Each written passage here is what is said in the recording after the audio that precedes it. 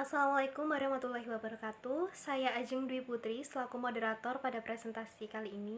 Dan saya bersama rekan-rekan saya yaitu Faril Meza Ardana, Rina Septiana, dan Hera Dona Violeta. Kami akan mempresentasikan hasil diskusi kami yang berjudul Rancang Bangun Ekonomi Islam. Silakan kepada pemateri untuk memaparkan materi. Assalamualaikum warahmatullahi wabarakatuh. Saya di sini akan menjelaskan tentang landasan ekonomi Islam. Landasan ekonomi Islam ada 5. Pertama, tauhid. 2, adil. 3, nubuwah. 4, khalifah. Dan yang kelima, ma'ad. Tauhid. Tauhid merupakan konsep ketuhanan umat Islam terhadap Allah Subhanahu wa Ta'ala. Kunci keimanan seorang dilihat dari tauhid yang dipegangnya, sehingga setiap perilaku ekonomi manusia harus didasari oleh prinsip-prinsip yang sesuai dengan ajaran Islam yang berasal dari Allah Subhanahu wa Ta'ala. Setiap tindakan yang menyimpang dan dari syariah akan dilarang, sebab dapat menimbulkan kemudaratan bagi kehidupan manusia, baik bagi individu maupun bagi orang lain. Maka dari itu, orang yang mempunyai jiwa tauhid, dia tidak akan mungkin melakukan hal larangan Tuhan. Jika dia melakukan bisnis, ia tidak akan menjual barang yang haram. Ekonomi sebagai ilmu yang dijadikan mediasi dalam memenuhi kebutuhan hajat manusia, baik kebutuhan primer, sekunder, maupun kebutuhan pelengkap. Melibatkan interaksi antara aspek metafisik dan aspek fisik. Kegiatan ekonomi dalam perspektif tauhid dilandasi oleh prinsip-prinsip ilahi. Yang kedua, adil. Dalam setiap aktivitas ekonomi yang dijalankan, tidak terjadi suatu tindakan yang menzalimi orang lain. Konsep adil ini mempunyai 2 konteks, yaitu konteks individual dan konteks sosial. Konteks individual maksudnya ialah jangan dalam aktivitas perekonomiannya ia sampai menyakiti diri sendiri. Sedangkan konteks sosial, ia dituntut jangan sampai merugikan orang lain. Oleh karenanya, harus terjadi keseimbangan antara keduanya. Hal ini menunjukkan dalam setiap aktivitas ekonomi yang dilakukan oleh insan beriman haruslah adil, agar tidak ada pihak yang tertindas. Tanpa keadilan, maka akan terjadi eksploitasi manusia atas manusia. Masing-masing berusaha mendapatkan hasil yang lebih besar daripada usaha yang dikeluarkannya karena kerakusannya.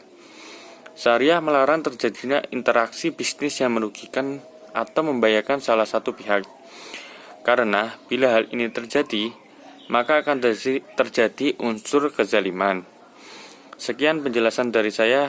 Materi selanjutnya akan dijelaskan oleh teman saya selanjutnya. Terima kasih.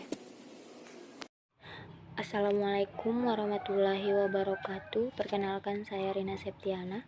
Saya akan melanjutkan materi dari Saudara Meza Ardana. Yang ketiga dari landasan ekonomi yaitu ada nubuwah. Ada beberapa fungsi Rasul, yaitu yang pertama, fungsi Rasul adalah untuk menjadi modal terbaik. Yang kedua yaitu ajaran Nabi Muhammad SAW adalah suatu ajaran yang memiliki nilai-nilai universal di dalamnya. Yang ketiga yaitu prinsip-prinsip yang terkandung dalam ekonomi Islam merupakan konsep ekonomi universal yang dapat diterapkan oleh seluruh umat. Yang keempat yaitu meneladani beberapa sifat, yaitu yang pertama yaitu sidik atau jujur, amanah, tanggung jawab, tabligh atau terbuka, dan fatona kredibilitas. Yang keempat yaitu khalifah. Khalifah berarti pemimpin, membawa implikasi bahwa pemimpin umat dalam hal ini bisa berarti pemerintah adalah suatu yang kecil namun memegang peranan yang sangat besar dalam tata kehidupan masyarakat. Islam menyuruh kita untuk mematuhi pemimpin selama masih dalam koridor ajaran Islam. Ini berarti negara memegang segenap aktivitas dalam perekonomian.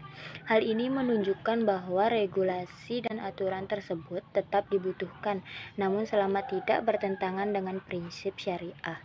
Dengan kata lain, peran negara adalah berupaya menegakkan kewajiban dan keharusan mencegah terjadinya hal-hal yang diharamkan.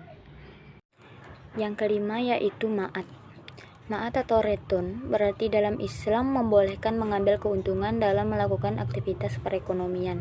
Oleh karenanya, salah besar bagi yang beranggapan bahwa dalam Islam tidak boleh mengambil keuntungan. Keuntungan merupakan salah satu hal yang dianjurkan dalam suatu aktivitas ekonomi. Namun yang dilarang dalam Islam adalah mengambil keuntungan yang berlebihan apalagi sampai merugikan orang banyak. Misal dengan melakukan penimbunan untuk menciptakan kelangkaan barang agar mendapat harga yang berlipat ganda. Baik, di sini saya akan melanjutkan materi dari Rina Septiana. Multi-type ownership. Islam mengakui jenis-jenis kepemilikan yang beragam. Dalam ekonomi kapitalis, kepemilikan yang diakui hanyalah kepemilikan individu semata yang bebas tanpa batasan. Sedangkan dalam ekonomi sosialis, hanya diakui kepemilikan bersama atau kepemilikan oleh negara di mana kepemilikan individu tidak diakui dan setiap orang mendapatkan imbalan jasa yang sama rata.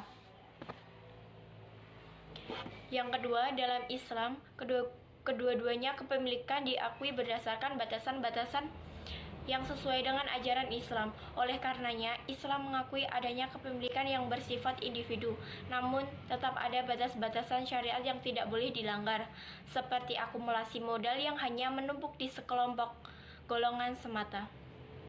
Yang ketiga, kepemilikan individu dalam Islam sangat dijunjung tinggi, akan tetapi tetap ada batasan yang membatasi agar tidak ada pihak lain yang dirugikan karena kepemilikan individu tersebut. Dan pemikiran dalam ekonomi Islam. Satu, pemikiran terletak pada kemanfaatannya dan bukan menguasai secara mutlak terhadap sumber-sumber ekonomi. Yang kedua, pemilik terbatas sepanjang usia hidup manusia di dunia, dan bila orang tersebut meninggal harus didistribusikan kepada ahli warisnya menurut ketentuan Islam. Dan yang ketiga, pemilikan perorangan tidak dibolehkan terhadap sumber-sumber ekonomi yang menyangkut kepentingan umum atau menjadi hajat hidup orang banyak. Sumber-sumber ini menjadikan milik umum atau negara. Saya akan melanjutkan materi dari Saudari Hera Dona Violita. Tiang atau pilar ekonomi Islam yang kedua yaitu freedom to act.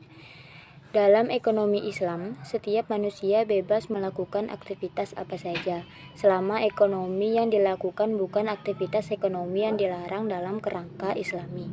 Hal ini berbeda dengan ekonomi kapitalis yang tidak terdapat pembatasan dalam kebebasan beraktivitas, sehingga terjadi kebebasan yang terlalu berlebihan yang menyebabkan tertindasnya pihak lain.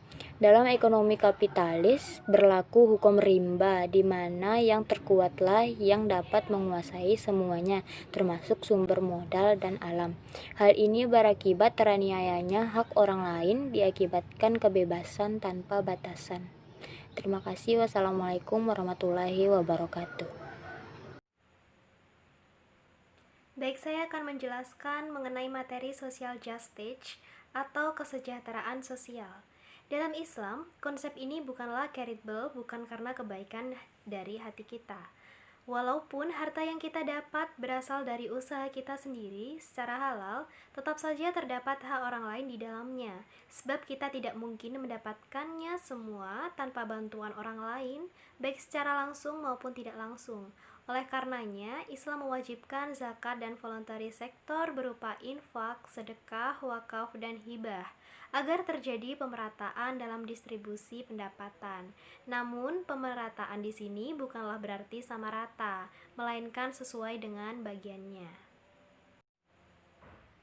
Baik, terima kasih kepada rekan-rekan yang telah menjelaskan materi, dan dapat kita simpulkan bahwa ekonomi Islam sebagai ilmu adalah landasan dirancang bangun ini. Yang kedua, ekonomi Islam sebagai suatu sistem atau sistem ekonomi Islam adalah menjadi tiang dari rancang bangun. Dan yang ketiga, ekonomi Islam sebagai suatu perekonomian atau perekonomian Islam adalah yang kita sebut sebagai atapnya. Ya, sekian presentasi dari kami. Jika ada salah kata, mohon maaf. Wassalamualaikum warahmatullahi wabarakatuh.